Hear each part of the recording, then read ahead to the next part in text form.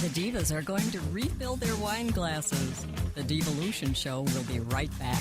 Standby Appliance, located at 408 Columbus Avenue. They carry most major brands, install and service all of their sales. They're hometown owned and operated and have been in business for over 65 years. 989-893-4676 or visit them at standbyappliance.com. If you're looking for an artistic women's portraiture company, where she can bring out the best in you, a side that you want other people to see, then you need to call Indigo Moon. Each setting is designed especially for you.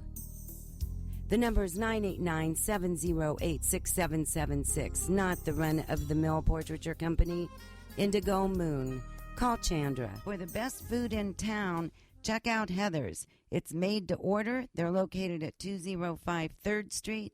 They're open for lunch and will deliver 989-402-1116 and extra special dinners on Friday and Saturday nights. They posted on Facebook.com/Heather's Restaurant. Wendell's Home and Design, making home design affordable. Located at 5260 East Pickard Street, Mount Pleasant. Call them at 989-772-2914. This is Coach Charlie Cousins with Cousins Martial Arts. We offer classes from ages 2 to 12 for our kids, and we also offer adult classes. You can reach us at 989-297-8558 or on our website. That's cousensmma.com, COSENSMMA.com. We have a 30-day free trial always in effect, and ask us about our Diva deal. Hi, this is Ashley from Two Men in a Truck Bay City. We are the movers who care. Give us a call at 989-895-5252 for all your moving needs. Boxes, packing supplies. No move is too big or small for us. Visit us at www.twomen.com.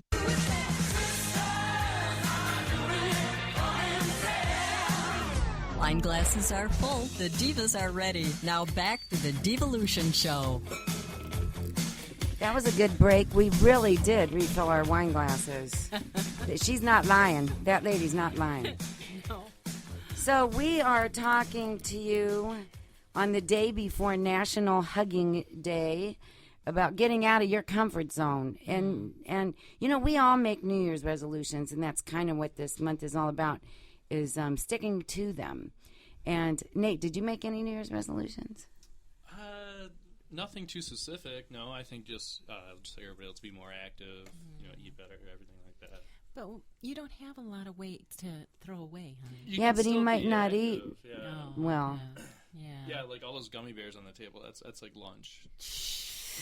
He has gummy bear soup. He boils his own broth with Swedish fish. It's doctor recommended. That's cute. I wonder what else he puts in there. Are there sugar noodles too? Ooh. This body's a temple, typically just all organic. You're Gummy funny. bears, yeah. So Nate is his name is Nate Brown, and he's with Brown Financial Services, and he's a friend of ours that drops in every now and then, and I'm really glad that he came tonight because he's doing Misty's job. Ooh. So thank you. That means I don't have to. That's absolutely correct. And Yes. you know you would have been in that seat. That's exactly. Yeah. I'm so glad that he's here. Yeah, me too. It's a tough job. Somebody's got to do it, though. Yeah. So we're here with Virginia Parker. And Virginia, how long have you been in this business? You've won already 2 national awards. I've been writing and editing since 1994. Wow, that's a long time. Yeah. You were 3 then? Oh, yeah. Just learned to 3.5. And she knows that it's challenging to write and publish a book. And so that's why you demystify the process and make it a joyful experience. Right. Because some people are just ready to pull their hair out. Well, part of what holds people back is the fear of the unknown. Mm-hmm. And they are overwhelmed by the thought of writing a book. Oh, my gosh, what all do I have to do? And once I've written it, then what do I do? How do I get it published? And how do I get it out into the hands of the readers? So what I do is sit down and work with people, as I said, starting with goals. What is it you want to accomplish for yourself? How do you want this to fit into, since I usually work with business people now, how does this fit into your business? How do you want it to serve you? And because I really like working with people who are writing books that will inspire others, what is the message you want to share with the world to make it a better place, to help ease the pain of your readers? So we do that, and then we work on the ideas that they want in the book and structure and what they should be doing while they're writing the book, because writing the book's just the beginning, but you can't start marketing and you can't start making your publishing decisions when you're done. So there are a lot of things you need to do during.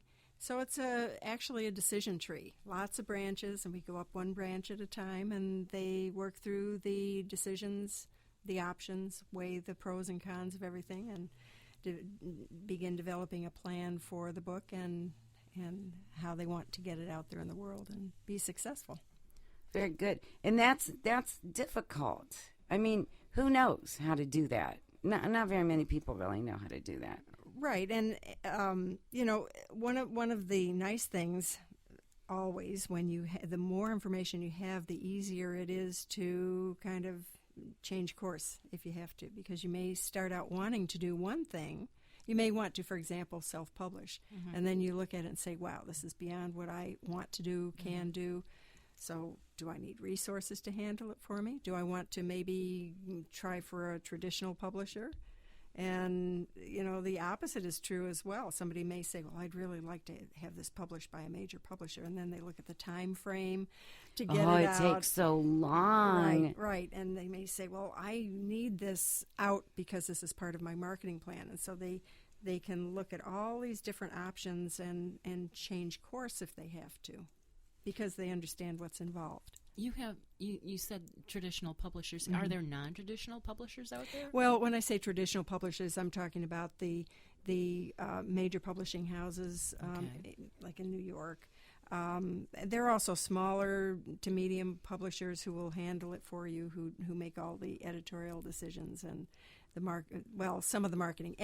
This is one of the things. If people want to publish their memoir or any other book, even if they go with a traditional publisher, they're going to have to do a lot of the marketing themselves.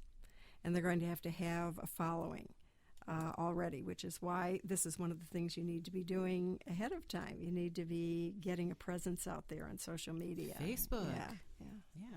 Everywhere. Can I butt in for a question? Sure. No. Sure. I would ask, how many hours do you think somebody has into an average memoir? I'm not French. It depends, and there are some people who are really good writers, and so there's less work involved in helping to get that book together. There are other people who are learning the process of writing, and it depends on how long your book is and whether you need additional material to come in. How much of a perfectionist you are. Yeah. One more point. Yeah. If we're going to be putting something out, some kind of a following, on Facebook, do we give them short synopsis of what we're writing before we have it edited or before we have it published or something like that? Some writers do. Some readers, it's all what you want to do. Right. And that gets them interested. There's no rules. Right. Some do that to get interest up, and they also will see how their stories are resonating. Ooh. Because so it's a test market. A temperature gauge on it's on a test market to yeah. see whether people are responding, and they'll say, "Oh, well, I really liked that story," or and really that, didn't move me much, or I don't. The trusted reader kind of thing. I don't understand this part.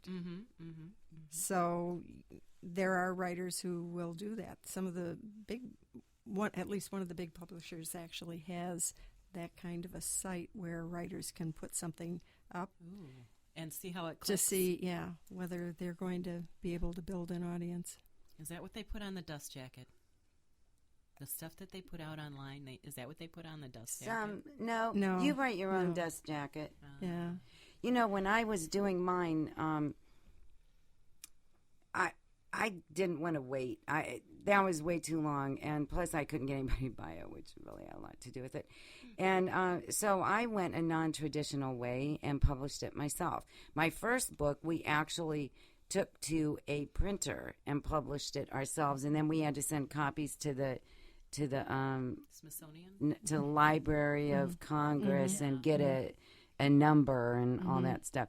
So I kind of knew what to do, and so I the second one I did all by myself, but I had nobody to help me with marketing, and so I bought the marketing package. I went with a self-publishing company that's very popular, and I looked at all of them, and I chose the one that I thought I would work the best with. And they let me pick how I wanted my cover to look, and I wanted it to look like an old book. And so they made it look like an old book. If I could, I'd make it old soft leather, but I can't. And they let me lay out they wanted me to have like an introduction and chapters and stuff, and I didn't want that because people skip over introductions.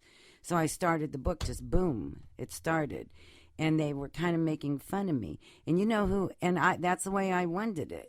And so I had I could do anything I wanted, and that's why I like that. Would I do things a little differently? Perhaps. But you want to know who was my worst critic?